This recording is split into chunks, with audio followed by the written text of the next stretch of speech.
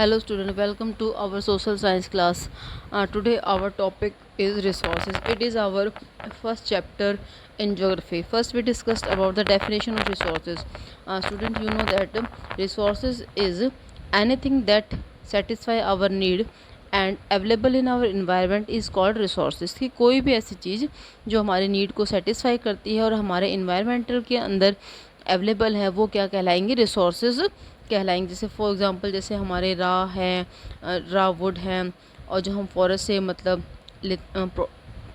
उसको कलेक्ट करते हैं, पेपर हैं, फर्नीचर्स है, विंडो है, प्लांट्स हैं, ठीक है। तो वो सभी के हैं हमारे रिसोर्सेज हैं जिनको हम यूज़ करते हैं। जो ह्यूमन बींग्स है वो अपनी टेक्नोलॉजी से, अपने स्किल से, अपनी नॉलेज से उनको मतलब यूटिलाइज कर रहा है। तो रिसोर्सेज की एक सिंपल सी डेफिनेशन है कि anything that satisfy our need is called resources. अब इम्पोर्टेंस ऑफ रिसोर्सेज, जो रिसोर्सेज हैं वो हमारे लिए बहुत ही इम्पॉर्टेंट होते हैं, काफ़ी मतलब बेनिफिशियल्स होते हैं।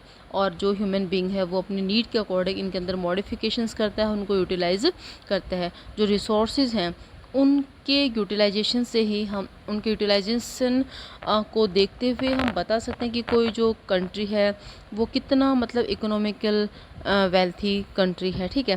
क्योंकि हम सभी को पता है कि जो नेचुरल रिसोर्सेज हैं, जो रिसोर्सेज हैं वो पहले भी हमारे इन्वायरमेंटल के अंदर अवेलेबल थे, लेकिन जो ह्यूमन बींग्स था, जो अर्ली ह्यूमन बींग्स था वो उसको यूटिलाइज़ करना नहीं जानता था क्योंकि उसके पास वो स्किल वगैरह नहीं थी, वो टेक्नोलॉजी नहीं था। लेकिन आज जो ह्यूमन बींग है वो क्या कर रहा है कि उसको मतलब अच्छे से यूटिलाइज़ कर रहा है, क्योंकि उसने अपनी लाइफ को मतलब बहुत ही लग्जरी बनाया हुआ है, कंफर्टेबल बनाया हुआ है।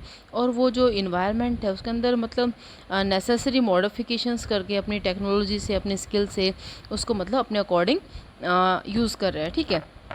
तो जो रिसोर्सेज हैं वो किसी भी कंट्री के लिए बहुत ही इम्पॉर्टेंट होते हैं। अब हम डिस्कस करेंगे type of resources. Type of resources में हमारे जो रिसोर्सेज हैं वो 3 टाइप के होते हैं: natural resources, human resources and human made resources. जो हमारे नेचुरल रिसोर्सेज, ह्यूमन रिसोर्सेज और ह्यूमन मेड रिसोर्सेज हमारे 3 टाइप के रिसोर्सेज हो गए। तो नेचुरल रिसोर्सेज के अंदर हमारे जैसे सन है, लैंड, वाटर, कोल, आयरन और मिनरल्स, ऑयल। ह्यूमन रिसोर्सेज के अंदर हमारी एजुकेशन है, हेल्थ है, इंटेलिजेंसी है। और ह्यूमन मेड रिसोर्सेज में रोड, रेलवे, बिल्डिंग, पार्क, ये हमारे इसके एग्जांपल हैं। तो first we discussed about the natural resources. तो नेचुरल रिसोर्सेज में हमें पता है कि जैसे सन है, लैंड है, वाटर है, कोल, आयरन और मिनरल ऑयल, ये इसके एग्जांपल हैं।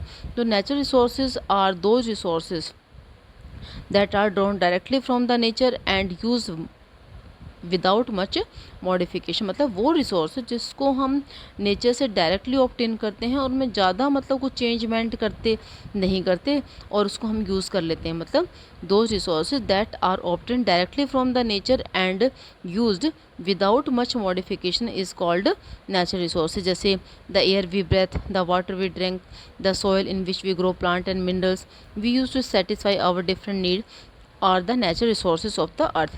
These resources are free and precious gift of the natures. These are very essential for our survival of life on the earth. Natural resources can be classified into many division and subdivision. These are divided on the basis of their origins, development, or usability, renewability and distributions. कि जो हमारे natural resources हैं वो हमारे लिए मतलब बहुत ही एसेसनल है, हमारी लाइफ का बहुत ही एसेसनल पार्ट है।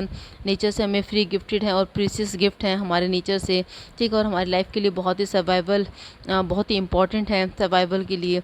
और जो नेचुरल रिसोर्सेज है उसको हम मतलब काफ़ी पार्ट्स के अंदर डिवाइड करते हैं, जैसे उनकी basis of origins, basis of development, उनकी यूजेबिलिटी और रिन्यूएबिलिटी और डिस्ट्रीब्यूशंस के अकॉर्डिंग हम उसको आगे भी पार्ट्स के अंदर डिवाइड करते हैं। तो फर्स्ट है हमारा division of resources on the basis of origins. तो बेसिस ऑफ ऑरिजिन्स के अकॉर्डिंग हम रिसोर्सेज को 2 पार्ट्स के अंदर डिवाइड करते हैं: बायोटिक रिसोर्सेज और अबायोटिक रिसोर्सेज। जितने भी जो हमारे लिविंग थिंग्स हैं जैसे प्लांट हो गए, एनिमल्स हो गए, ह्यूमन बींग्स हो गए, वो हमारे बायोटिक रिसोर्सेज के अंदर इंक्लूड होते हैं।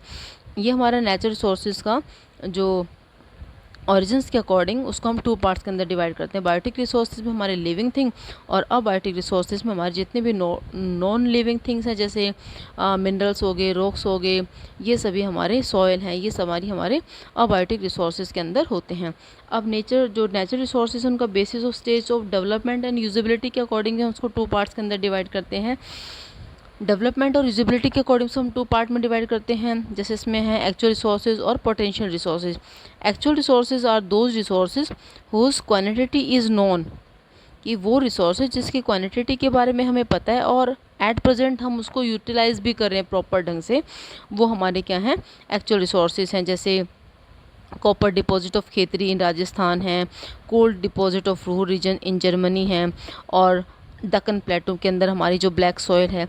ये क्या ऐसे रिसोर्सेज मतलब जिनकी क्वांटिटी और क्वालिटी के बारे में हमें पता है, उसको हम एट प्रेजेंट यूज़ भी कर रहे हैं, वो हमारे क्या हैं, एक्चुअल रिसोर्सेज हैं। अब पोटेंशियल रिसोर्सेज के अंदर हमारे वो रिसोर्सेज इंक्लूड होते हैं जिनकी एंटायर क्वांटिटी के बारे में हमें पता तो है, लेकिन हम उसको एट प्रेजेंट यूज़ नहीं कर पा रहे क्योंकि हमारे पास अभी से वो सफिशिएंट स्किल और टेक्नोलॉजी अवेलेबल नहीं है। फॉर एग्जांपल जैसे हम अगर राजस्थान का एग्जांपल है तो हमें पता है कि वहाँ पे हम विंड एनर्जी, सोलर एनर्जी को अच्छे से मतलब डेवलप कर सकते हैं, लेकिन हमने उसको डेवलप तो किया लेकिन पूरी तरह से अभी उसको डेवलप नहीं किया। अभी हम इसमें और मतलब चेंजमेंट किया, उसको और इम्प्रूव करने की रिक्वायरमेंट है, और वो हम तब कर पाएंगे जब हमारे पास वो प्रॉपर टेक्नोलॉजी होगी, स्किल होगी। तो उसको हमने क्या रखा हुआ, पेंडिंग में रखा हुआ है, ठीक है।